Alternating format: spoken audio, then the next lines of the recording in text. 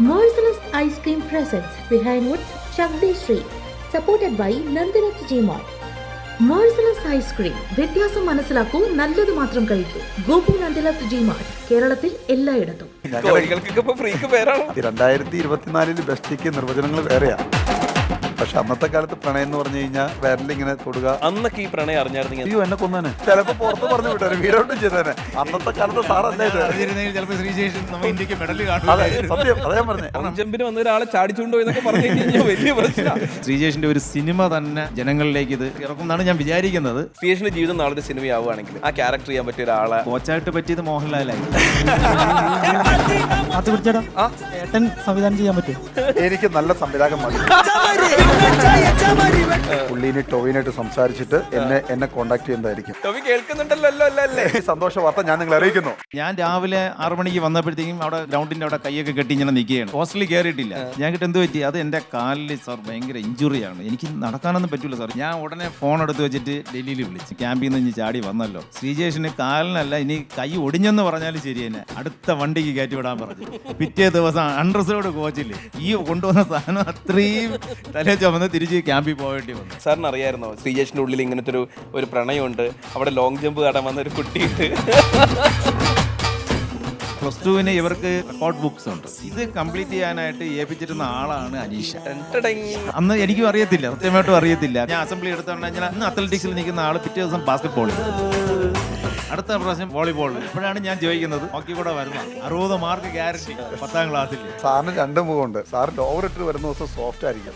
Sir എന്നും നിക്കറിട്ട് വന്നു അന്ന് പണി കിട്ടും. ബുള്ളറ്റിലാ വരുന്നെങ്കിൽ ചത്രാന്ന് പറഞ്ഞ നിൽക്കണം. ഇങ്ങനെ നിൽക്കുമ്പോൾ മേളിലേക്ക് നോക്കരുത്. വീണ്ടും തട്ടിയിട്ട് ഇവിടെ വരുമ്പോൾ സ്റ്റോപ്പ് മേളിലേക്ക് നോക്കണം. നോക്കാത്തതിനെല്ലാം ഓരോ പണിയുണ്ട്. അതാണ് വിളിച്ച സാറിന്റെ പണിഷ്മെന്റ് ആണ്. പിന്നെ ഒരു സ്റ്റിക്കും പൊക്കി പിടിച്ച് ഓടണം. അത് ഓടാത്തൊരു സ്ഥലം പോലും ഇല്ല. പിറക്കി 15 ഏക്കറും കണ്ട ഒരു പ്രോപ്പർട്ടി ആയിരുന്നു അത്. ചുറ്റും ഓട്ടമാണ്. സ്കൂൾ ഗെയിംസ് കളിച്ച് വിൻ ചെയ്തു. അപ്പോഴും ആരും മൈൻഡ് ചെയ്യണില്ല. സൗത്ത് സോൺ ക്യാമ്പിൽ പോയി കയറൊക്കെ വെച്ച് കെട്ടിയിട്ടാണ് അവിടെ ചെന്ന് നിൽക്കുന്നത്. ഇയാൾ സൗത്തിൽ നിന്നാണ് വന്നത്, ഹോക്കി ഇല്ലാത്ത നാട്ടിൽ നിന്ന്. അപ്പം ഒരു 400 കിലോമീറ്റർ സ്പീഡിലുള്ള ഹിറ്റാണ് പറഞ്ഞെങ്കിൽ മറ്റേ പഞ്ചാബിക്ക് 200 കിലോമീറ്റർ സ്പീഡിലുള്ള ഹിറ്റേ വരുള്ളൂ. അപ്പൊ അത് ഫേസ് ചെയ്യുമ്പോൾ തന്നെ നമുക്കൊരു ഇൻസൾട്ടാണ്. ഗോഡ് ഓഫ് ന്യൂ ഇന്ത്യൻ ഇതിഹാസമാണ് എന്ന് ധ്യാൻചന്ദ് കഴിഞ്ഞാൽ അടുത്തത് ശ്രീജേഷാണ്. അതും മാത്രമല്ല ഇന്ത്യൻ റെക്കോർഡാണ് 26 മാച്ച് കളിച്ച ഒളിമ്പിക്, 336 ഇന്റർനാഷണൽ, 4 ഒളിമ്പിക്സ് കളിച്ച ഏക ഗോൾ കീപ്പർ ഇന്ത്യക്ക്. മാക്സിമം ഫാസ്റ്റ് ആയിട്ട് എങ്ങനെയാണിത്? ഇല്ല, ഇതിപ്പം ഭയങ്കര എളുപ്പമാണ്. ഇതിപ്പോ ഇവിടുന്ന് കളിക്കുമ്പോഴത്തേക്കും ഇല്ല, നമ്മൾ ഇന്ത്യൻ ടീമിൽ കളിക്കുന്ന സ്വപ്നം പോലും കണ്ടിട്ടില്ലല്ലോ. പക്ഷെ ഞാൻ കണ്ടിട്ടുണ്ടായിരുന്നു എന്റെ കുട്ടികൾ ഇന്ത്യ കളിക്കണം. ഒരു ജേഴ്സി ലണ്ടൻ ഒളിമ്പിക്സ് കഴിഞ്ഞ് വന്നപ്പോഴത്തേക്കും എനിക്ക് കൊണ്ടു തന്നു. അപ്പോഴേ തന്നെ ഞാൻ പറഞ്ഞു, ശ്രീജേഷ് ഞാൻ ഈ ജേഴ്സി ഇടാം, മെഡലുമായിട്ട് വരും, അന്ന് നമുക്ക് ഇടാം. അതുപോലെ ടോക്കിയോ ഒളിമ്പിക്സിന് ശ്രീജേഷ് മെഡൽ വാങ്ങിച്ചതിന്റെ അന്ന് ഞാൻ ആ ശ്രീജേഷിന്റെ 16ാം നമ്പർ ഇട്ട്, അന്നാണ് മീഡിയയുടെ മുമ്പ് ശ്രീജേഷിന്റെ ജേഴ്സി ഇട്ട്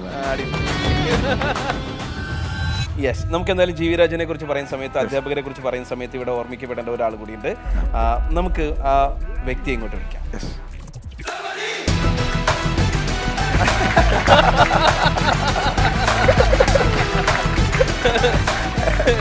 ജി വി രാജയെ കുറിച്ച് പറയുന്ന സമയത്ത് സാഗൂതം കേട്ടിരുന്ന ഒരു അധ്യാപകൻ നമ്മുടെ സദസ്സിലുണ്ടായിരുന്നു. Sir please.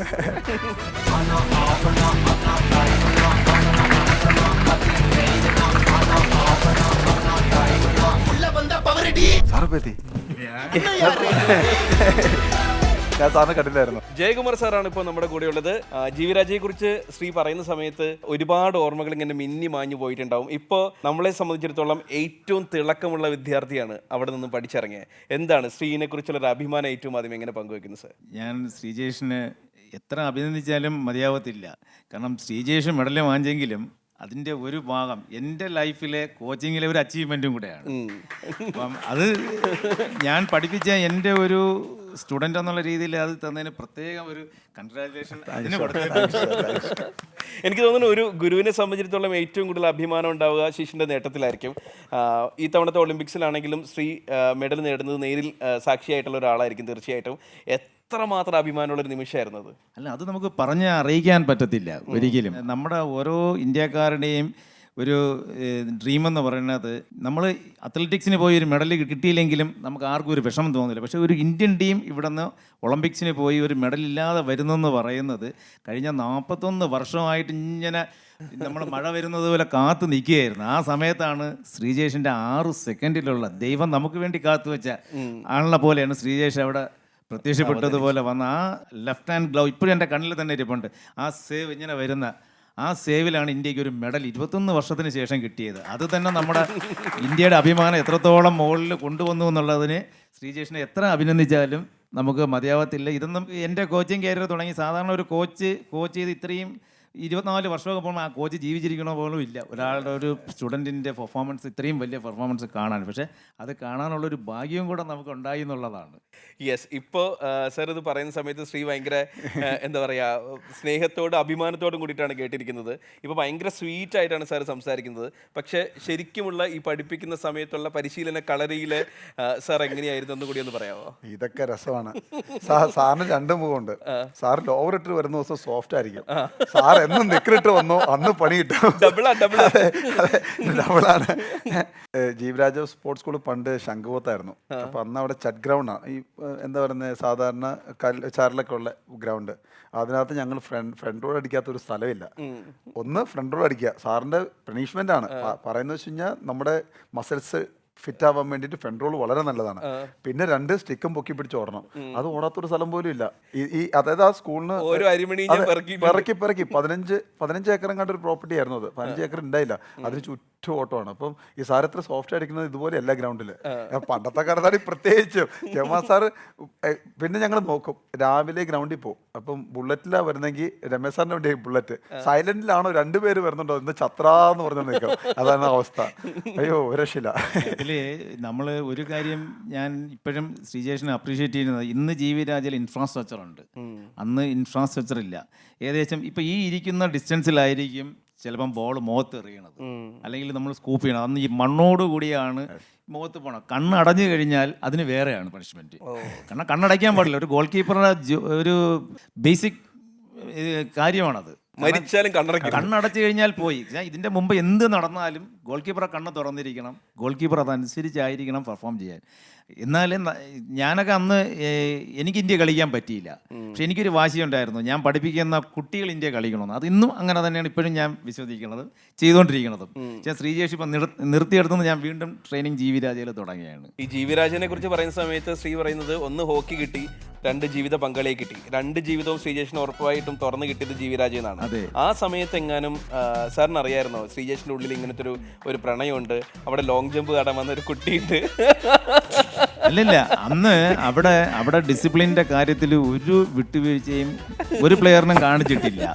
അന്ന് എനിക്കും അറിയത്തില്ല, സത്യമായിട്ടും അറിയത്തില്ല. കാരണം പിന്നീട് ശ്രീജേഷ് ഇവിടുന്ന് പോയി ഒരിക്കൽ ആദ്യത്തെ ക്യാമ്പിൽ, 2ാമത്തെ ക്യാമ്പിൽ ശ്രീജേഷ് അവിടെ നിന്ന് തിരിച്ചു വന്നു. ഇടയ്ക്ക് വെച്ച് ക്യാമ്പിൽ വെച്ച് കാല് വയ്യാന്ന് പറഞ്ഞിട്ട് ഞാൻ രാവിലെ 6 മണിക്ക് വന്നപ്പോഴത്തേക്കും അവിടെ ഗ്രൗണ്ടിൻ്റെ അവിടെ കൈയൊക്കെ കെട്ടി ഇങ്ങനെ നിൽക്കുകയാണ്.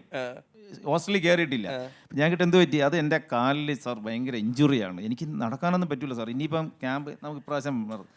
ഞാൻ ഉടനെ ഫോൺ എടുത്ത് വെച്ചിട്ട് ഡൽഹിയിൽ വിളിച്ച്, സ്പോട്ടിൽ തന്നെ. എൻ്റെ ഫ്രണ്ടായിരുന്നു അവിടുത്തെ അഡ്മിനിസ്ട്രേറ്റീവ് മാനേജർ, ഒരു ബിമൽജിത്ത് എന്ന് പറഞ്ഞ് കൊല്ലത്തുള്ള. അപ്പം ബിമൽജിത്തിനെ വിളിച്ചിട്ട് ഞാൻ ചോദിച്ചു, ഇതേപോലെ ശ്രീജേഷ് ഇങ്ങനെ കാല് വയ്യാന്ന് പറയുകയാണ്, ഇവിടെ വന്ന് നിൽക്കുകയാണ്, ക്യാമ്പിൽ നിന്ന് ഇനി ചാടി വന്നല്ലോ, 1 മിനിറ്റ് കഴിഞ്ഞ് എന്നെ വിളിക്കാമെന്ന് പറഞ്ഞു.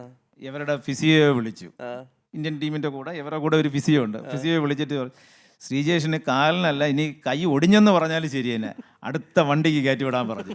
പിറ്റേ ദിവസം അൺറിസർവ്ഡ് കോച്ചിൽ ഈ കൊണ്ടുവന്ന സാധനം അത്രയും തലേ ചുമന്ന് തിരിച്ച് ക്യാമ്പിൽ പോകേണ്ടി വന്നു. കാരണം ആ പ്രായം അങ്ങനെയാണ്. പക്ഷെ ആസ് എ കോച്ച് എന്നുള്ള രീതിയിൽ എനിക്ക് അവിടെ ഒരു കോംപ്രമൈസും ചെയ്യാൻ. കാരണം ഒരാളുടെ ലൈഫ് പൊക്കോണ്ടിരിക്കുകയാണ്, തുടക്കം തന്നെയാണ്. കാരണം കുട്ടികളാകുമ്പം കുറുമ്പ് കാണിക്കും. പക്ഷെ അത് നമ്മൾ കോച്ചേഴ്സ് എപ്പോഴും അത് നല്ല രീതിയിൽ ഗൈഡ് ചെയ്താൽ മാത്രമേ അത് മുമ്പിലോട്ട് നമുക്ക് എപ്പോഴും കൊണ്ടുപോകാൻ പറ്റത്തുള്ളൂ. അത് ഒരു ഇൻസിഡൻറ്റ്. 2ാമത്തേതെന്ന് പറഞ്ഞു കഴിഞ്ഞാൽ, ഈ ഇതെല്ലാം കഴിഞ്ഞ് വന്ന് അവിടെ +2 പാസ്സാവണമല്ലോ. അപ്പോൾ ഈ +2-ന് ഇവർക്ക് റെക്കോർഡ് ബുക്സ് ഉണ്ട്, ഇത് കംപ്ലീറ്റ് ചെയ്യണം. ഇത് കംപ്ലീറ്റ് ചെയ്യാനായിട്ട് ഏൽപ്പിച്ചിരുന്ന ആളാണ് അനീഷ. അങ്ങനെ ആയിരിക്കും തുടങ്ങിയതായിരുന്നു പിന്നീട് ഞാൻ മനസ്സിലാക്കിയത്. പക്ഷെ അവിടെ വെച്ച് ഞാൻ അറിഞ്ഞില്ലേ. ഈ റെക്കോർഡ് ബുക്കിന്റെ ഉള്ളിൽ എത്ര ലവ് ലെറ്ററുകൾ ഉണ്ടായിരുന്നു? ഇല്ലില്ല, ലവ് ലെറ്റർ ഒന്നും ഉണ്ടായിരുന്നില്ല. കാരണം ഞാൻ ഇത് ഭയങ്കര സീക്രട്ട് ആയിട്ടുള്ള ലവ് ആണല്ലോ. അപ്പം കാരണം ഇതൊക്കെ പ്രൂഫാണല്ലോ, അതൊന്നും കൊടുക്കാൻ പാടില്ല. പക്ഷെ ആകെ എഴുതിയിരുന്ന ഒരു ലവ് ലെറ്റർ എന്നല്ല, ഒരു മെസ്സേജ്, ഞാൻ you are my best friend for ever and ever, അത്രയും മാത്രമേ ഉള്ളൂ. കാരണം ഞാൻ അന്നൊക്കെ എന്ന് പറയുമ്പോഴത്തേക്കും ഈ ബെസ്റ്റ് ഫ്രണ്ടും സിസ്റ്ററും ബ്രദറൊക്കെയാണ് അന്നത്തെ ട്രെൻഡ്. ഇന്നത്തെ പോലത്തെ ബെസ്റ്റ് അല്ല കേട്ടോ, Bestie അല്ല, ബെസ്റ്റ് best അല്ല, friend. അല്ല ബെസ്റ്റ് ഫ്രണ്ട്. അതായത് പ്രണയത്തിന്റെ വേറൊരു പേരാണ് ഈ ബെസ്റ്റ് ഫ്രണ്ട്. അപ്പം യെസ്, അതായത് 2 പേരായി കഴിഞ്ഞാൽ ഓക്കെ എന്റെ ബെസ്റ്റ് ഫ്രണ്ടാണ്. അപ്പം മനസ്സിലാക്കിക്കൊള്ളണം, വേറെ ആരും കൈവയ്ക്കരുത്, ബെസ്റ്റിയുടെ ആദ്യ രൂപം, യെസ്. ആദിമ രൂപം. അല്ല, ബെസ്റ്റിയും ബെസ്റ്റ് ഫ്രണ്ടും രണ്ടും രണ്ടാ. 2024 ബെസ്റ്റിക്ക് നിർവചനങ്ങൾ വേറെയാ. അതൊരിക്കലും കോഴികൾക്കൊക്കെ ഇപ്പൊ ഫ്രീക്ക് പേരാണല്ലോ. അതെ അതെ, അതാ പറഞ്ഞേ. അത് പക്ഷെ അന്നത്തെ കാലത്ത് പ്രണയം എന്ന് പറഞ്ഞു കഴിഞ്ഞാൽ ഒന്ന് വിരലിങ്ങനെ തൊടുക, ഒരു ഗുഡ് മോർണിംഗ് പറയുക, അത്രയൊക്കെ ഉള്ളൂ പ്രണയം. നമുക്കൊരു ഫോട്ടോ കാണാം. എനിക്ക് നമ്മുടെ ഓർമ്മകളിലേക്ക് പോകുന്ന സമയത്ത് തീർച്ചയായിട്ടും കണ്ടിരിക്കേണ്ട ഒരു ഫോട്ടോ ആണ്. അന്നത്തെ ബെസ്റ്റ് ഫ്രണ്ട്, അന്നത്തെ കോച്ച് എല്ലാവരും. ഇതാണ് പറഞ്ഞ ഡൽഹിയിൽ ഉണ്ടായിരുന്ന ബിമലേട്ടൻ. അത് വർമാണൻ ഒരു പഴയ ഗോൾ കീപ്പറാണ്. ഇത് നിസാമുദ്ദീൻ സർ, പണ്ടത്തെ ഹോക്കി, കേരള ഹോക്കിയുടെ അല്ലേ സർ, പ്രസിഡന്റ് ആയിരുന്നു. യെസ്. അന്നൊക്കെ ഈ പ്രണയം അറിഞ്ഞായിരുന്നെങ്കിൽ എന്തായിരിക്കും സാറിന്റെ ഒരു റിയാക്ഷൻ? അയ്യോ, എന്നെ കൊന്നേനെ. ചിലപ്പോ പുറത്ത് പറഞ്ഞു വിട്ടേ, വീടോട്ടും ചെയ്തേനെ. അന്നത്തെ കാലത്ത് സാറല്ലേ ഇത്. ചിലപ്പോൾ ശ്രീശേഷ് ഇന്ന് നമ്മൾ ഇന്ത്യക്ക് മെഡൽ അതെ, കാണും. സത്യം, അതേ പറഞ്ഞേ. അന്നത്തെ സാർ ഇതുപോലെ ഒന്നും അല്ലായിരുന്നു. അന്നൊക്കെ എന്ന് പറഞ്ഞ പ്രണയം എന്നൊക്കെ പറഞ്ഞ, കാരണം അവിടെ ചെല്ലുമ്പോൾ ഫാമിലിനെ വിട്ടിട്ട് മാറി നിൽക്കുന്നു. അപ്പോൾ ഒരു അട്രാക്ഷൻ, ഇന്റിമസി ആരോടെങ്കിലും തോന്നാൻ ഭയങ്കര എളുപ്പമാണ്. പക്ഷെ അന്ന് സാർ പറഞ്ഞല്ലേ, ഡിസിപ്ലിൻ ഭയങ്കരമാണ്. അവിടെ എന്തെങ്കിലും ചെയ്ത പ്രശ്നം വന്നാൽ അവിടെ നിന്ന് ചാടിച്ചു വിടുക തന്നെ പണിയുള്ളൂ. അല്ല, ഇപ്പം ഇവിടെ തന്നെ ഇപ്പൊ തേജസ് ഇരിപ്പുണ്ട്. ശ്രീജേഷിന്റെ കൂടെ സ്കൂൾ ഗെയിംസിന് ഒരുമിച്ച് ഇവര് കളിച്ചതാണ്. ഹിസ്റ്ററിയിൽ ആദ്യമായിട്ട് സ്കൂൾ ഗെയിംസ് നമ്മൾ റണ്ണേഴ്സ് അപ്പ് ആയി അന്ന്. അപ്പൊ ഇവർക്കൊക്കെ അറിയാം ഡിസിപ്ലിൻ എന്താണെന്ന്. കാരണം ഈ ആൺകുട്ടികൾക്ക് ഒരു ലെറ്റർ കൊടുക്കുക, അല്ലെങ്കിൽ വേറെ ഗെയിമിലുള്ളവർ, അത്ലറ്റിക്സിലുള്ളവരായാലും ആരെങ്കിലും ഹോക്കിക്കാരൻ നോക്കിയാൽ പോലും ഇവര് തിരിച്ച് അങ്ങോട്ട് നോക്കിയാലും പണിയാണ് അവിടെ. അതിൽ ഒരു ദാക്ഷിണ്യം കാണിക്കില്ല. കാരണം ജമ്പിന് വന്ന ഒരാളെ ചാടിച്ചുകൊണ്ടോ എന്നൊക്കെ പറഞ്ഞു കഴിഞ്ഞാൽ വലിയ പ്രശ്നം. അപ്പൊ ഈ മെഡല് വാങ്ങിച്ചതുപോലെ ഭയങ്കര മിടുക്കനായിരുന്നു എന്ന് ഇപ്പൊ ഞാൻ വിശ്വസിക്കുന്നു. സാർ എപ്പോഴാ ഇതിന്റെ ഈ പ്രേമം സാറിന് മനസ്സിലാവുന്ന എപ്പോഴാ? കല്യാണം വിളിച്ചപ്പോഴാണോ? അല്ല, അതിന് മുമ്പ് ഒരു പ്രാവശ്യം ശ്രീജേഷ് എന്നെ ഒന്ന് ഹിന്റ് ചെയ്തു, സാറേ ഞാൻ ജീവിരാജുള്ള അതെങ്ങനെയായിരുന്നു? ഞാൻ എല്ലാ കാര്യം വീട്ടിൽ പറഞ്ഞിട്ടുണ്ട്. ഞാൻ ഇഷ്ടമാണ്. പിന്നെ അത് കഴിഞ്ഞ് പ്ലസ് ടു മുമ്പ് പോയി. അപ്പോൾ പിന്നെ ലെറ്റർ എഴുതുമായിരുന്നു. അപ്പോൾ ഇങ്ങനെ വീട്ടിലെല്ലാം പറയും, അച്ഛനടുത്തും അമ്മയടുത്തും ചേട്ടനടുത്തൊക്കെ പറയും ഇങ്ങനെ ഒരു റിലേഷൻ ഉണ്ടെന്ന്. അപ്പോൾ ഇതിങ്ങനെ കല്യാണം വരെ എത്താറാകുമെന്ന് പറയുമ്പോഴത്തേക്കും സാറിനോടൊക്കെ പറയണമല്ലോ. അപ്പം അങ്ങനെയാണ് സാറിന് ഒരു ഇൻഡിവിജ്വൽ കൊടുത്തത്. സാർ ഇതുപോലെയാണ്, വീട്ടിൽ കല്യാണങ്ങളുടെ കാര്യങ്ങളൊക്കെ നടക്കുന്നുണ്ട്, അപ്പം ഇങ്ങനെ ഒരു ഫ്രണ്ട് ഉണ്ട്, അപ്പം വീട്ടുകാരിങ്ങനെ ആലോചിച്ചപ്പോൾ അങ്ങനെയൊക്കെ നടത്താം എന്നൊക്കെ പറഞ്ഞ് അവിടെ ഇവിടെ തൊടാനാണ് പറഞ്ഞത്. സാറിന് കുട്ടീനെ അറിയാൻ അല്ല, നമ്മള് 5 വർഷം നമ്മളവിടെ കാണുകയാണ് എല്ലാവരും. അപ്പം നമുക്ക് ഏകദേശം ഒരാളുടെ നിഴല് പോയാൽ പോലും നമുക്ക് അറിയാൻ പറ്റും. കാരണം രാവിലെയും വൈകിട്ടും നമ്മളവിടെ ഉണ്ട്. പിന്നെ ഇവരുടെ ഊണിലും ഉറക്കത്തിലും നമ്മളുണ്ട് എല്ലാ കാര്യങ്ങൾക്കും. പിന്നെ അത് മാത്രമല്ല, നമുക്ക് ഹോക്കിയെ സംബന്ധിച്ചിടത്തോളം കേരളത്തിൽ ഹോക്കിയും നമ്മൾ ഒരു ലെവലിലും എത്തിയിട്ടില്ല. അപ്പം നമുക്ക് എവിടെയെങ്കിലും എത്തിക്കണം മൊത്തം കേരളത്തിൽ. അപ്പം അതിന് 2 നേരം പ്രാക്ടീസ് ഉള്ള ഏക സ്കൂള് GV രാജയാണ്. അപ്പോൾ അവിടെയുള്ള ഓരോ കുട്ടിയും നമുക്ക് ഇമ്പോർട്ടൻ്റ് ആണ്. ഇപ്പം ശ്രീജേഷ് പറഞ്ഞു, ശ്രീജേഷിന് ഓടാൻ വയ്യ സാറേ. ശ്രീജേഷ് ശരിക്കും ഗോൾ കീപ്പറായിട്ട് പോകാനുള്ള, ശരിക്കും ശ്രീജേഷ് പറഞ്ഞാൽ തന്നെ ഞാൻ കൊണ്ട് വിടണമെന്നില്ല, ഗോൾ കീപ്പർ ആക്കണമെന്നില്ല. പക്ഷേ ശ്രീജേഷ് വന്നു ഹോക്കിയിൽ വിളിച്ചിടണം. ഞാൻ അസംബ്ലി എടുത്തോണ്ട് ഞാൻ ഇന്ന് അത്ലറ്റിക്സിൽ നിൽക്കുന്ന ആൾ പിറ്റേ ദിവസം ബാസ്കറ്റ് ബോളിൽ നിൽക്കുന്നു. അപ്പോൾ അറ്റൻഡൻസ് ചെക്ക് ചെയ്യുമ്പോൾ ഇവിടെ ഒരാൾ കുറവ്, അവിടെ ഒരാൾ കൂടി. അപ്പോൾ നോക്കിയപ്പോൾ ശ്രീജേഷ്, അടുത്ത പ്രാവശ്യം വോളിബോളിൽ.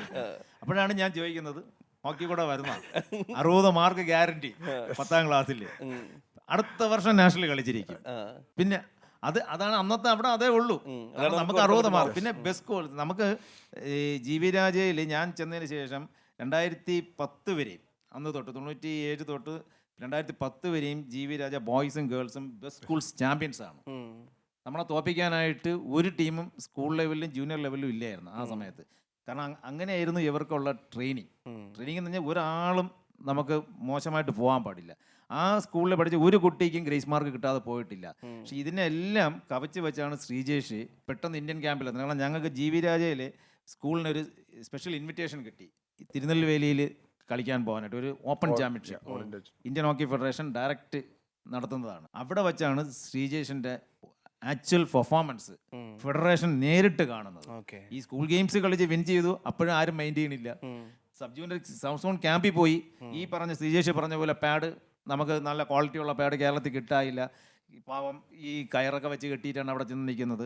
അപ്പോൾ അവിടെ ചെല്ലുമ്പം അവർക്കൊരു വേറൊരു ട്രെൻഡാണ്.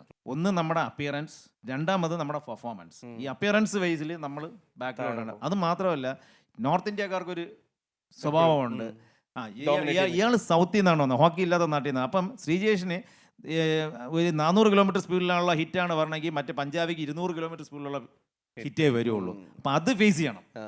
അപ്പം അത് ഫേസ് ചെയ്യുമ്പോൾ തന്നെ ഒരു മനുഷ്യൻ്റെ മനസ്സ് എത്രത്തോളം വാശി ആവും എന്നുള്ളത് നമ്മൾ നോക്കണം. നമുക്കൊരു ഇൻസൾട്ടാണത്.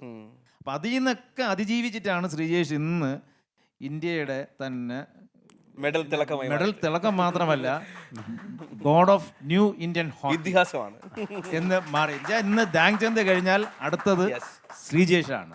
അതും മാത്രമല്ല ഇന്ത്യൻ റെക്കോർഡാണ് 26 മാച്ച് കളിച്ച ഒളിമ്പ്യൻ ഗോൾ കീപ്പറിൽ, 336 ഇന്റർനാഷണല്, 4 ഒളിമ്പിക്സ് കളിച്ച ഏക ഗോൾ കീപ്പർ ഇന്ത്യക്കകത്ത്. ഞാൻ പഠിച്ചത് എന്റെ ദേഹം തന്നെ ഇതാവുള്ളൂ. കാരണം ഇത്രയും നേട്ടങ്ങൾ കൊയ്യണമെന്നുവെങ്കിൽ എന്തുമാത്രം സ്ട്രഗിളിൽ കൂടെ ആണ് ശ്രീജേഷ് ഈ അച്ചീവ്മെന്റിൽ എത്തിയത്. പക്ഷെ ഇത് ഇനി വരും തലമുറ ഇത് കണ്ടു പഠിക്കണം. ശരിക്കും ഞാനൊരു പോസ്റ്റ് ഫേസ്ബുക്കിൽ ആറുമുഖത്തിൻ്റെ ഇട്ടിട്ടുണ്ട്. എന്താണ് എൻ്റെ മനസ്സിൽ കാണുന്നത്, ശ്രീജേഷിൻ്റെ ഒരു സിനിമ തന്നെ നമുക്ക് ശരിക്കും ജനങ്ങളിലേക്ക് ഇത് എല്ലാ ഭാഷയിലും ഇറക്കണമെന്നാണ് ഇറക്കുമെന്നാണ് ഞാൻ വിചാരിക്കുന്നത്. അപ്പം അതിന് വരുമായിരിക്കും ആൾക്കാർ. പക്ഷേ ശ്രീജേഷിന്റെ ഒരു ക്യാരക്ടറൊക്കെ നാളെ സിനിമയാവുകയാണെങ്കിൽ, ശ്രീജേഷിന്റെ ജീവിതം നാളെ ഒരു സിനിമയാവുകയാണെങ്കിൽ ആ ക്യാരക്ടർ ചെയ്യാൻ പറ്റിയ ഒരാളെ ആരായിട്ടാണ് തോന്നിയിട്ടുള്ളത്? അങ്ങനെയൊക്കെ ചോദിക്കരുത്. അതിന് ഒരുപാട് ഓപ്ഷൻസ് ഉണ്ട്. കാരണം ഒന്ന്, ആദ്യം തൊട്ട് ഇതുവരെ ഉള്ള ഇതെടുക്കണം. അപ്പൊ അതിന് ഒന്ന് കോച്ചായിട്ട് പറ്റിയത് മോഹൻലാലായിരിക്കും. ശ്രീ ആരായാലും കുഴപ്പമൊന്നുമില്ല, കോച്ച് മോഹൻലാലാണ്. എനിക്ക് പറയാലോ. അതെ അതെ അതെ, ശ്രീജേഷിന്റെ കൂടെ നമ്മുടെ കയ്യില. ശരിക്കും പറഞ്ഞാൽ ഫിറ്റ് ആയിട്ടുള്ള ഒരാൾ വേണം. ഇപ്പം എനിക്ക് തോന്നുന്നു ടൊവിനോ ഒരു നല്ലൊരു ഓപ്ഷനാണ്. കാരണം കുറച്ച് ഫിസിക്കലി നോക്കുന്നത്. പിന്നെ അല്ലെങ്കിൽ പൃഥ്വിരാജ് നല്ലൊരു ഓപ്ഷനാണ്. പിന്നെ മൂന്നാമത്തെ ഓപ്ഷനുള്ളത് DQ ആണ്. പക്ഷേ എനിക്കറിഞ്ഞൂടാ പുള്ളിയുടെ, കാരണം പുള്ളി പറയുന്നില്ല കേരളത്തിലെ പിള്ളേർക്ക് എന്തിനാണ് 6 പാക്ക്, അപ്പം അതുപോലെ വിഷയമാണ്. പക്ഷെ അതല്ല. പക്ഷെ ഈ ഒരു 3 ക്യാരക്ടറാണ് എനിക്ക് എപ്പോഴും മനസ്സിൽ തോന്നിയിട്ടുള്ളത്.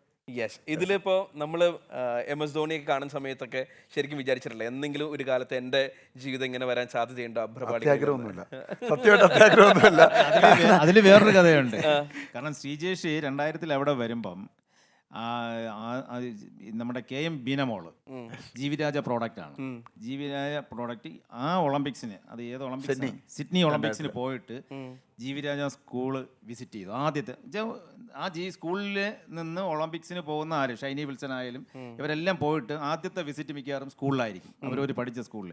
അങ്ങനെ വന്നപ്പോഴത്തേക്കും ഇന്നും എൻ്റെ കണ്ണിൽ നിൽക്കുകയാണ്. ഞാൻ ദൂരം നോക്കിക്കൊണ്ടിരിക്കുകയാണ്. ശ്രീജേഷ് പോയി തൊട്ട് നോക്കി ബീനമോളെ. ഇപ്പൊ മെഡലുള്ള ശ്രീജേഷിനെ തൊട്ട് നോക്കാൻ ബീനമോള് കാത്തിരിക്കുകയായിരിക്കും. ഇല്ല, ബീന ചേച്ചി അത് ഭയങ്കര ഇൻസ്പിറേഷനാണ്. കാരണം ഒന്നുമില്ലാത്തൊരു സ്ഥലത്തു നിന്നാണ് ഞാൻ പോകുന്നത്, ജീവരാജ് സ്പോർട്സ് സ്കൂളിൽ. സ്പോർട്സിനെ കുറിച്ച് ഒരു ബാക്ക്ഗ്രൗണ്ടും ഇല്ല. അപ്പോൾ ബീനാമോൾ എന്ന് പറഞ്ഞൊരു ഇതിഹാസം ആദ്യമായിട്ട് സെമി ഫൈനലിലോ ക്വാളിഫൈ ചെയ്തിരിക്കുകയാണ് ചേച്ചി. എന്നിട്ടാണ് വരുന്നത്. അപ്പം നമ്മുടെ സ്കൂളിൽ ഒരു വലിയ വെൽക്കം കൊടുക്കണം. അപ്പം ഇടയിൽ നിന്ന് ഇങ്ങനെ ചേച്ചി നടന്നു, ചെണ്ട കൊട്ടുന്നു, നമ്മളെല്ലാം ലൈനായിട്ട് പുറകെ പോകുന്നു. അപ്പം നമ്മളിങ്ങനെ നോക്കണം, കാണണമല്ലോ ആളെ. അങ്ങനെ കണ്ടുപോകുന്നു. അപ്പോൾ ചേച്ചി വന്നിട്ട് ചേച്ചി ഇങ്ങനെ പറയുകയാണ്, ഞാൻ ഈ സ്കൂളിൽ പഠിച്ചാണ്, ഈ ട്രാക്കിൽ തന്നെ ഓടിയതാണ്, ഞാൻ നിങ്ങളെപ്പോലെ തന്നെ ഇവിടെ വളർന്നതാണ്. അപ്പം എനിക്ക് ഒളിമ്പിക്സിലെത്താൻ പറ്റുമെങ്കിൽ നിങ്ങൾക്ക് ഒളിമ്പിക്സിലെത്താൻ പറ്റും.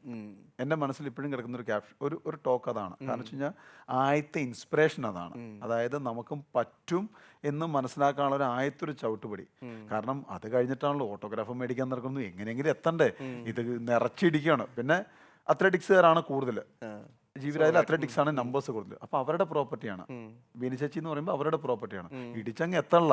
പക്ഷെ എന്നാലും ഒരു കണക്കിന് പോയിട്ട് ചേച്ചി ഒരു ഓട്ടോഗ്രാഫ്, പക്ഷെ ഓട്ടോഗ്രാഫ് ഒന്നും കിട്ടില്ല. എന്നാലും ചേച്ചി ഒന്ന് കണ്ടുവച്ച് പോന്നു. പിന്നെ ചേച്ചിനെ ഞാൻ ഒരിക്കൽ പോയി പരിചയപ്പെട്ടു. എപ്പോഴാണെന്ന് വെച്ചാൽ പേഴ്സണലായിട്ട് ചേച്ചിക്ക് ഖേൽരത്ന അവാർഡ് കിട്ടിയപ്പോൾ ഞാനന്ന് ജൂനിയർ ക്യാമ്പിലുണ്ട് ഡൽഹിയിൽ.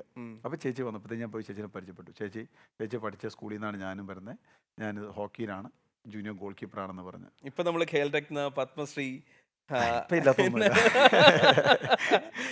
ശരിക്കും. പക്ഷെ ഇപ്പോഴും തോന്നിയിട്ടില്ലേ ക്രിക്കറ്റും ഹോക്കിയും നമ്മൾ കമ്പയർ ചെയ്യുന്ന സമയത്ത് ഇത്രയും പുരസ്കാരങ്ങൾ അല്ലെങ്കിൽ ഇത്രയും അഭിമാനം ഇന്ത്യയെ അത്ര ലെവലിൽ എത്തിച്ചേക്കണ ഒരാൾക്ക് കിട്ടേണ്ട അംഗീകാരം ഹോക്കി ആയതുകൊണ്ട് മാത്രം പലപ്പോഴും നമ്മൾ തഴയപ്പെടുന്നു എന്നുള്ളത്? അങ്ങനെയൊന്നുമില്ല. ഞാൻ പറയുന്നത് വെച്ച് കഴിഞ്ഞാൽ സാമ്പത്തികമായിട്ട് ചിലപ്പോൾ ആയിരിക്കാം. കാരണം വെച്ച് കഴിഞ്ഞാൽ എൻ്റെ ക്യാരിയറിലുള്ള ഒരു ക്രിക്കറ്റ് പ്ലെയർ ഒരു പക്ഷേ ഒരു 10 തലമുറയ്ക്കുള്ള സമ്പാദ്യം ഉണ്ടാക്കിയിട്ടുണ്ടാവും.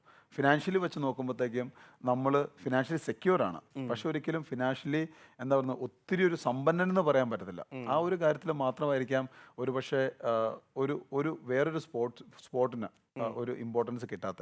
പക്ഷെ ബാക്കി വെച്ച് നോക്കുമ്പം പിന്നെ രണ്ടാമത്തെ ഒരു കാര്യം വിസിബിലിറ്റി. കാരണം എനിക്ക് വിഷമം തോന്നിക്കുന്ന കാര്യങ്ങളുണ്ട്. അതായത് ഇപ്പം നമ്മൾ കുറച്ച് മുമ്പ് നമ്മളവിടെ റൂമിൽ ഇരിക്കുന്ന സമയത്ത് ഒരു പയ്യൻ വന്നു. ആ പയ്യൻ വന്നു കഴിഞ്ഞപ്പോൾ ശ്രീ പുറത്തേക്ക് ഇട്ട് പറഞ്ഞു, പാരീസിലൊക്കെ എന്നാ ചൂടായിരുന്നു അറിയാവോ? പാരീസിൽ എന്തിനാടാ പോയത്?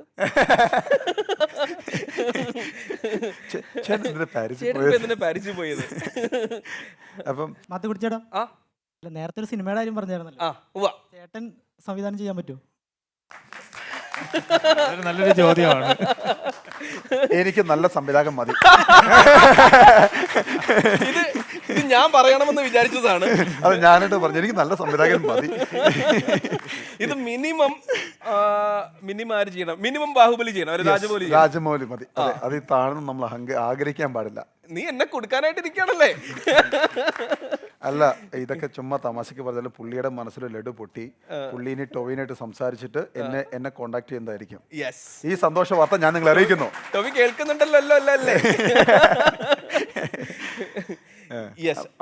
അപ്പം ശരിക്കും അതാണ് മെയിൻ ആയിട്ടുള്ള സ്പോർട്സുള്ള വ്യത്യാസം. കാരണം ഇപ്പം നമ്മുടെ ഇന്ത്യയിലെ ഏതൊരു മെയിൻ സ്പോർട്സ് ചാനൽ എടുത്ത് നോക്കിക്കഴിഞ്ഞാലും ഒരു 1960 മുതൽ ഇന്ന് വരെയുള്ള ക്രിക്കറ്റ് മാച്ചോ അല്ലെങ്കിൽ IPLൻ്റെയോ അല്ലെങ്കിൽ ഓസ്ട്രേലിയയിൽ നടക്കുന്ന മാച്ചസിൻ്റെയോ വല്ല ടെലികാസ്റ്റ് ഉണ്ടാവും. പക്ഷേ ഹോക്കിയോ അല്ലെങ്കിൽ ബാക്കി അതുപോലത്തെ ഒരു ഈവൻസോ ഇല്ല. ഇപ്പോൾ കുറച്ചുകൂടെ ഫുട്ബോളിന് ഈ ISL വന്ന പിന്നെ ഫുട്ബോളിനോട് കുറച്ച് വിസിബിലിറ്റി വന്നു, കബഡിക്ക് ഒരു വിസിബിലിറ്റി വന്നു. പക്ഷേ ഹോക്കി അങ്ങനത്തെ ഒരു ഗെയിം അല്ല. അതുകൊണ്ടായിരിക്കാം ഒരു സ്റ്റാർ പരിവേഷം ഞങ്ങൾക്ക് കിട്ടേണ്ടതുപോലെ കിട്ടാത്തത്. പക്ഷെ എന്ന് പറഞ്ഞാലും ഇമോഷൻസ് സെയിം ആണ്. സാമ്പത്തികമായിട്ട് നമ്മൾ മുൻപോട്ട് നിന്നില്ലെങ്കിലും ഇന്ന് പ്രധാനമന്ത്രിനെ കാണാൻ പോകുമ്പോൾ ഹോക്കിക്ക് മെഡൽ കിട്ടുമ്പോൾ നമുക്ക് ഇന്ത്യക്ക് ഒരു മെഡൽ കിട്ടിയതുപോലെയാണെന്ന് പറയുന്നത് അതൊരു സ്പെഷ്യൽ ഫീലിംഗ് തന്നെയാണ്. ഒരു സംശയം. അതാണ് ഞാൻ ആദ്യമേ പറഞ്ഞത്. നമ്മൾ ഈ 41 വർഷം നമ്മളിങ്ങനെ വെയിറ്റ് ചെയ്ത് വേഴാമ്പല് കാത്തു നിൽക്കും പോലെ ഒരു മെഡലിന് വേണ്ടി കാത്തു നിന്നാണ് ശ്രീജേഷിൻ്റെ ആ സേവിൽ നമുക്ക് ആ ഒരു ഇന്ത്യയുടെ ഒരു അഭിമാനം മുമ്പിലോട്ട് വന്നത്.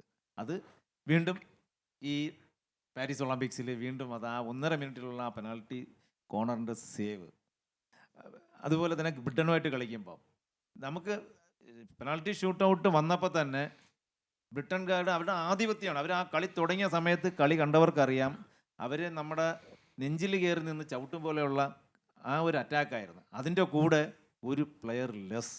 അപ്പോൾ ഒരു ഗോൾ കീപ്പറുടെ മാനസികാവസ്ഥ എന്തായിരിക്കണം, ആ ടീമിൻ്റെ ഫൈറ്റിംഗ് സ്പിരിറ്റ്, എങ്ങനെ നമ്മൾ ഡിഫൻസ് സെറ്റ് ചെയ്യണം, എങ്ങനെ നമ്മൾ ഗോൾ അടിക്കണം, ജയിച്ചേ പറ്റൂ. പക്ഷേ ഗോൾ ഡ്രോ ആയി കഴിഞ്ഞപ്പോഴത്തേക്കും ഈ ചാട്ടം എല്ലാം ബ്രിട്ടൻ്റെ നിന്നു എന്നുള്ളതാണ്. കാരണം അവരുടെ ആ എക്സ്പ്രഷൻ നമ്മൾ കണ്ടാൽ അറിയാം ഇപ്പുറത്ത് നിൽക്കുന്ന ഗോൾ കീപ്പർ ആരാണ് ശ്രീജേഷ് എന്ന് ലോകം മുഴുവൻ മനസ്സിലാക്കിയത് അപ്പോഴാണ്. യെസ്, എനിക്ക് തോന്നുന്നു ഇന്ത്യയുടെ ഇന്ത്യൻ ഹോക്കി ടീമിൻ്റെ വൻമതിലിൽ ഏറ്റവും ആദ്യത്തെ കല്ല് വെച്ചിട്ടുള്ള ആളുകളിൽ ഒരാളാണ് സാറ്. എനിക്ക് തോന്നുന്നു നമുക്കൊന്ന് ജസ്റ്റ് നിങ്ങൾ ആ പഴയ പരിപാടികളൊക്കെ ഒന്ന് റീക്രിയേറ്റ് ചെയ്യാൻ എല്ലാവർക്കും ഭയങ്കര ആഗ്രഹമുണ്ട്. ഞാൻ സ്റ്റിക്ക് തരാം, ഞാൻ ബോൾ തരാം. ഇപ്പം നിങ്ങൾ കളിക്കുന്ന സ്റ്റിക്കൊന്നുമല്ല, ഇത് മറ്റേ ഇപ്പം ഭാര്യയുടെയും കുട്ടികളുടെയും പേരെന്ന് എഴുതിയ സ്റ്റിക്കൊന്നുമല്ല. എങ്കിലും ശ്രീജേഷ് ഈ കഴിഞ്ഞ ഒളിമ്പിക്സ് കഴിഞ്ഞ് വന്നപ്പം എനിക്കൊരു സ്റ്റിക്ക് തന്നിട്ടുണ്ട്. ഞാനിത് ഇവിടെ ടോക്കിയോ ഒളിമ്പിക്സിൽ കളിച്ച മെഡൽ വേണ്ടി കൊണ്ടുപോയ സ്റ്റിക്കാണെന്ന് ഞാൻ ഷോക്കേസിൽ വെച്ചിട്ടുണ്ട്. ശ്രീജേഷ് റിട്ടയർ ചെയ്തല്ലോ, ഇനി ഞങ്ങളത് ലേലം ചെയ്യാം. അപ്പൊ അത് ആർക്ക് വേണമെന്ന് പറഞ്ഞു കഴിഞ്ഞാൽ ഞങ്ങളൊരു എമൗണ്ട് പറയും. അത് എനിക്ക് വീട്ടിൽ കൊണ്ടുപോകാനല്ല, ഞങ്ങളുടെ ഹോക്കി പുതിയ വരുന്ന കുട്ടികൾക്ക് പ്രൊമോട്ട് ചെയ്യാൻ വേണ്ടി ഞങ്ങൾ അത് വേണ്ടി വെച്ചേക്കുകയാണ്. Very good, very good. ഒരു മെഡൽ വാങ്ങിച്ച അല്ലെങ്കിൽ ആ സമയത്ത് ശ്രീജേഷ് ഉപയോഗിച്ച ഹോക്കി സ്റ്റിക്ക് ഉണ്ട്, തീർച്ചയായിട്ടും അത് ലേലത്തിൽ വരും. അത് കുട്ടികൾക്ക് വേണ്ടിയിട്ട് തന്നെ വരും അതിന്റെ ഫലം. നമുക്ക് എന്തായാലും ഒരു ഹോക്കി സ്റ്റിക്ക് തരാം, ഒരു ബോളും തരാം. സർ പ്ലീസ്, ഈ കളി ഞാൻ കണ്ടാൽ മതി. സാർ ഡ്രിബ്ലിംഗ് പഠിപ്പിച്ചാൽ മതി സാർ, അതായിരിക്കും കുറച്ചുകൂടെ നല്ലത്. എങ്ങനെയാണ് ജി വി രാജ പഠിച്ച് 2 വര വരയ്ക്കുക ഇവിടെ എനിക്കും ആദ്യമായിട്ട് പഠിപ്പിച്ചത് ഈ 2 കാല് പാരലായിട്ട് നിന്ന് നീ ബെൻഡ് ചെയ്ത് ഫ്രണ്ടിലോട്ട് നോക്കി ശരിക്കും ഈ ഇതേപോലെ ഇങ്ങനെ തന്നെ ചെയ്യണം. ഈ ഒരു മൂവ്മെന്റിൽ ആദ്യം പഠിപ്പിച്ചത്. അത് കഴിഞ്ഞിട്ടാണ് ശ്രീജേഷ് ഗോൾ കീപ്പർ ആയപ്പോഴത്തേക്കും ശരിക്കും ഞാൻ ഇവിടെ നിൽക്കും, ശ്രീജേഷ് ഇവിടെ നിന്നിട്ട് ഇങ്ങനെ ടാപ്പ് ഇൻസ്റ്റെപ്പിൽ കറക്റ്റ് കാലുകൊണ്ട്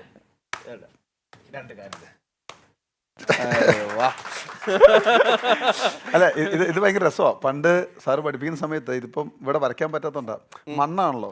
അപ്പൊ ഇങ്ങനെ നിക്കണം, ഇങ്ങനെ നിന്നിട്ട് ഇങ്ങനെ വരയ്ക്കാൻ പറയും.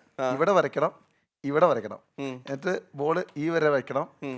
ഇവിടെ നിന്ന് തട്ടിയിട്ട് ഇത് നമ്മുടെ റോങ് സൈഡ് ആണല്ലോ, ഇങ്ങനെ നിൽക്കുമ്പോൾ മേളിലേക്ക് നോക്കരുത്. വീണ്ടും തട്ടിയിട്ട് ഇവിടെ വരുമ്പോൾ സ്റ്റോപ്പ് മേളിലേക്ക് നോക്കണം. എന്നിട്ട് വീണ്ടും തട്ടിയിട്ട് മേളിലേക്ക് വരണം. അപ്പൊ ഈ നോക്കാത്തതിനെല്ലാം ഓരോ പണിയുണ്ട്.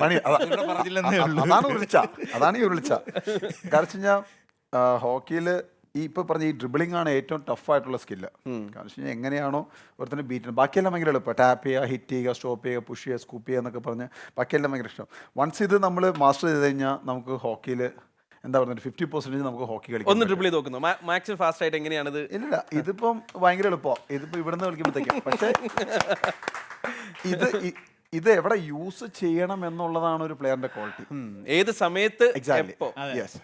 അതാണ് നമ്മൾ എപ്പോഴും വ്യത്യസ്തനാക്കുന്നത്. ഒരു പ്ലെയർ എന്നുള്ളത് നമുക്ക് എല്ലാവർക്കും അറിയാം, എല്ലാ ഗെയിമും എല്ലാ റൂൾസും എല്ലാ ടെക്നിക്കും അറിയാം. പക്ഷെ അത് എവിടെ എങ്ങനെ യൂസ് ചെയ്യണം, അതാ പ്ലെയറിന്റെ ടാലന്റ്. നമ്മൾ പറയാറുണ്ട് സാറിന് സംസാരിക്കാൻ അറിയുന്ന ഒരുപാട് ആൾക്കാരുണ്ട്, പക്ഷേ ക്യാമറയ്ക്ക് മുമ്പിൽ സംസാരിക്കുമ്പോൾ നിങ്ങൾ എങ്ങനെ പറയുന്നു എന്നുള്ളതാണ് നമ്മുടെ അടുത്ത് പറയാറുണ്ട്. അത് തന്നെയാണ്. അതുപോലെ ഇതിൻ്റെ അകത്ത് വേറൊരു കാര്യം, ഈ കളി പഠിക്കുന്നതിൻ്റെ കൂടെ ഞാൻ വേറൊരു കാര്യവും കൂടെ ചെയ്തിട്ടുണ്ടായിരുന്നു. എല്ലാ സാറ്റർഡേയും ഇവരുടെ അടുത്ത് പറയും എല്ലാ ബുക്കും ഗ്രൗണ്ടിൽ കൊണ്ടുവരണമെന്ന് പറയും, ഇവിടെ നോട്ട്സ് ചെക്ക് ചെയ്യാൻ. പക്ഷെ ഇന്ന് വരെയും ഞാൻ ചെക്ക് ചെയ്തിട്ടില്ല എന്നുള്ളതാണ്. പഠിത്തം ഇതിൻ്റെ കൂടെ ഒരു ഇമ്പോർട്ടൻ്റ് ആണ്. കാരണം വരും തലമുറ ഇതും കൂടെ അറിയാൻ വേണ്ടിയാണ് ഞാനിത് പറയുന്നത്. കാരണം ഈ കളി മാത്രം കൊണ്ട് നമ്മൾ ഒരിടത്തും എത്തൂല. നമുക്ക് അതുപോലെ തന്നെ നമുക്ക് വിദ്യാഭ്യാസം ഉണ്ടെങ്കിലേ നമുക്ക് ഇപ്പം ശ്രീജേഷ് ഏത് ക്യാമറയുടെ മുമ്പേയും എവിടെയും ഫേസ് ചെയ്യും, ഏത് ലാംഗ്വേജിലും സംസാരിക്കും. പക്ഷേ ശ്രീജേഷ് സംസാരിക്കും പോലും എനിക്ക് സംസാരിക്കാൻ പറ്റത്തില്ല. കാരണം നമ്മൾ ആ ലെവലിലല്ല. നമ്മൾ നിൽക്കുന്ന ലെവൽ ആ നമ്മുടെ ഒരു സ്റ്റേറ്റ് ലെവലിൽ മാത്രമാണ്. ഇത് നാഷണൽ ഇൻ്റർനാഷണലാണ്. അപ്പോൾ വിദ്യാഭ്യാസം ഇതിൻ്റെ ഒരു അടിസ്ഥാനവും കൂടെയാണ്. അപ്പോൾ അതിന് നമ്മൾ കളിയുടെ കൂടെ പഠിത്തം ഒരേപോലെ കൊണ്ടുപോയേ പറ്റുള്ളൂ. ശ്രീജേഷേ, ഇത് പണ്ട് നമ്മൾ ആലോചിച്ചിട്ടുണ്ടായിരുന്നോ? ഇന്ത്യൻ ക്യാപ്റ്റൻ ആവുന്ന സമയത്ത് എൻ്റെ അടുത്ത് വന്ന് മൈക്കിലൊക്കെ സംസാരിക്കാൻ പറയുമ്പോൾ ഞാൻ എന്ത് ഇംഗ്ലീഷ് സംസാരിക്കും, ഞാൻ എങ്ങനെ ഹിന്ദിയിൽ കമ്മ്യൂണിക്കേറ്റ് ചെയ്യും എന്നൊക്കെ ഒരു പേടി ഉണ്ടായിരുന്നോ? ഇല്ല, നമ്മൾ ഇന്ത്യൻ ടീമിൽ കളിക്കുന്ന സ്വപ്നം പോലും കണ്ടിട്ടില്ലല്ലോ. നമുക്ക് ആകെ വേണ്ടത് 60 മാർക്ക്. ശ്രീജേഷ് കണ്ടിട്ടില്ല, പക്ഷെ ഞാൻ കണ്ടിട്ടുണ്ടായിരുന്നു എൻ്റെ കുട്ടികൾ ഇന്ത്യ കളിക്കണമെന്ന്.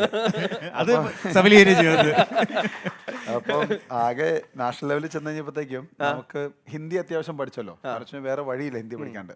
അപ്പൊ അത്യാവശ്യം എല്ലാ നാഷണൽ ചാനൽസ് എല്ലാം ഹിന്ദിയിലാണ് ഇന്റർവ്യൂ ചെയ്യുന്നത്. പിന്നെ 1-2 ചാനൽ മാത്രമാണ് ഇംഗ്ലീഷിൽ വരുന്നത്. അപ്പോഴത്തേക്കും അത്യാവശ്യം മുറി ഇംഗ്ലീഷൊക്കെ പഠിച്ചായിരുന്നു. പിന്നെ അറിയാലോ, എന്താ പറയുന്നത്, മുങ്ങിത്താഴുന്നവൻ കൈ കാലിട്ട് അടിക്കും, അതുപോലെ അടിച്ചടിച്ചടിച്ച് നീന്തൽ പഠിച്ചു. അതെ, ഇപ്പൊ പിന്നെ കുഴപ്പമൊന്നുമില്ല. പിന്നെ അത്യാവശ്യം ഇപ്പൊ വായിക്കുന്നുണ്ട്. അല്ല, അതിൽ ഒരു കാര്യം കൂടെ ഉണ്ട്. ഈ ടോക്കിയോ ഒളിമ്പിക്സിന് പോണതിന് മുമ്പ് ഇവരെല്ലാം ജയിലിൽ ഇട്ടതുപോലെയായിരുന്നു ഇവരുടെ എല്ലാം താമസം. കാരണം കോവിഡ് പ്രമാണിച്ച് ഒരാളുടെ അടുത്ത് മിണ്ടാൻ പറ്റത്തില്ല, വേറൊരാളുടെ ഇത് ഇറങ്ങി മിങ്കിൾ ചെയ്യാൻ പറ്റത്തില്ല. ഗ്രൗണ്ടിൽ പ്രാക്ടീസിന് പോവുക, തിരിച്ചു വരിക. അപ്പം ആ സമയത്ത് ഞാൻ ശ്രീജേഷിനെ ഞങ്ങൾ വീഡിയോ കോളിൽ സംസാരിച്ചിരുന്നു. അപ്പം ഞാൻ ചോദിച്ചു, ഇതേപോലെ ഇപ്രാവശ്യമെങ്കിലും നമുക്ക് ഒരു മെഡൽ കിട്ടുമോ? സാർ, കോവിഡ് ആണ്, വലിയ പാടാണ്, നമ്മൾ നോക്കാം. ഞാൻ പറഞ്ഞു നോക്കിയേ പറ്റൂല. ഒരു ജേഴ്സി ലണ്ടൻ ഒളിമ്പിക്സ് കഴിഞ്ഞ് വന്നപ്പോഴത്തേക്കും എനിക്ക് കൊണ്ടു തന്നു. സാർ, ഇത് സാറിനുള്ള ഗിഫ്റ്റ്. അപ്പോൾ ഓരോ ഒളിമ്പിക്സ് കഴിഞ്ഞ് വരുമ്പോഴും എന്തെങ്കിലുമൊക്കെ വരുന്നില്ല, വേറൊന്നും വരുന്നില്ല കേട്ടോ, തെറ്റിദ്ധരിക്കരുത്. അപ്പം ഈ ജേഴ്സി കൊണ്ടുവന്നപ്പം സാർ, അപ്പം ഞാൻ തുറന്നു നോക്കിയത് ശ്രീജേഷ് 16. അപ്പം ഞാൻ അപ്പോഴേ തന്നെ ഞാൻ പറഞ്ഞു, ശ്രീജേഷ് ഞാൻ ഈ ജേഴ്സി ഇടാം, മെഡലുമായിട്ട് വരൂ, അന്ന് നമുക്ക് ഇടാം, അതുവരെ ഞാൻ ഇത് അവിടെ വച്ചേക്കും. അതുപോലെ ടോക്കിയോ ഒളിമ്പിക്സിന് ശ്രീജേഷ് മെഡൽ വാങ്ങിച്ചതിൻ്റെ അന്ന് ഞാൻ ആ ടീഷർട്ട് ഇട്ട് ശ്രീജേഷിന്റെ 16-ാം നമ്പർ ഇട്ട് അന്നാണ് മീഡിയയുടെ മുമ്പ് ശ്രീജേഷിന്റെ ജേഴ്സി ഇട്ട് അടിപൊളി. അതിനുള്ള ഭാഗ്യം എനിക്ക് കിട്ടിയെന്നുള്ളതാണ്. അത് ശ്രീജേഷ് സമ്മാനിച്ചതാണ് ശരിക്കും. യെസ്, എന്തായാലും ഒരുപാട് സന്തോഷം സാർ. നമ്മൾ ശ്രീജേഷിൻ്റെ ജീവിതം സംസാരിക്കുന്ന ഒരു എപ്പിസോഡിൽ സാർ തീർച്ചയായിട്ടും വരേണ്ടതുണ്ട്. ഇവിടെ ഒരുപാട് തിരക്കുകൾക്കിടയിൽ നമ്മുടെ കൂടെ വന്ന് ഇത്രയും കാര്യങ്ങൾ സ്പെൻഡ് ചെയ്ത് നമുക്ക് ഭയങ്കര ഇൻട്രസ്റ്റിംഗ് ആയിരുന്നു കേട്ടോ. കാരണം ഹോക്കി എന്ന് പറയുന്ന ഒരുപാട് പേർക്ക് ഒരു അത്ര പരിചയമില്ലാത്തൊരു ഗെയിമാണ്. അപ്പോൾ എന്താണ് ഡ്രിബ്ലിംഗ് എന്നുള്ള കാര്യം, അല്ലെങ്കിൽ എങ്ങനെയാണ് ഇത് തുടങ്ങുന്നത് എന്നുള്ള കാര്യം നമ്മൾ പറയാറുണ്ട്. ചെണ്ട തുടങ്ങുന്നത് അമ്മിക്കല്ലിൽ അടിച്ചാണെന്ന് അറിയാത്ത ഒരുപാട് ആൾക്കാരുണ്ട്. പക്ഷേ ഇത് തുടക്കം ഇങ്ങനെയാണ് എന്ന് മനസ്സിലാക്കി തന്ന ഇതിനും ഒരുപാട് നന്ദിയുണ്ട്. Thank you so much. നമസ്കാരം. Merciless Ice Cream presents Behind Woods Shakti Street, supported by Nandanat Gmart. Merciless Ice Cream, വ്യത്യാസം മനസ്സിലാക്കൂ, നല്ലത് മാത്രം കഴിക്കൂ. ഗോപു നന്ദിലത്ത് ജിമാർട്ട്, കേരളത്തിൽ എല്ലായിടത്തും.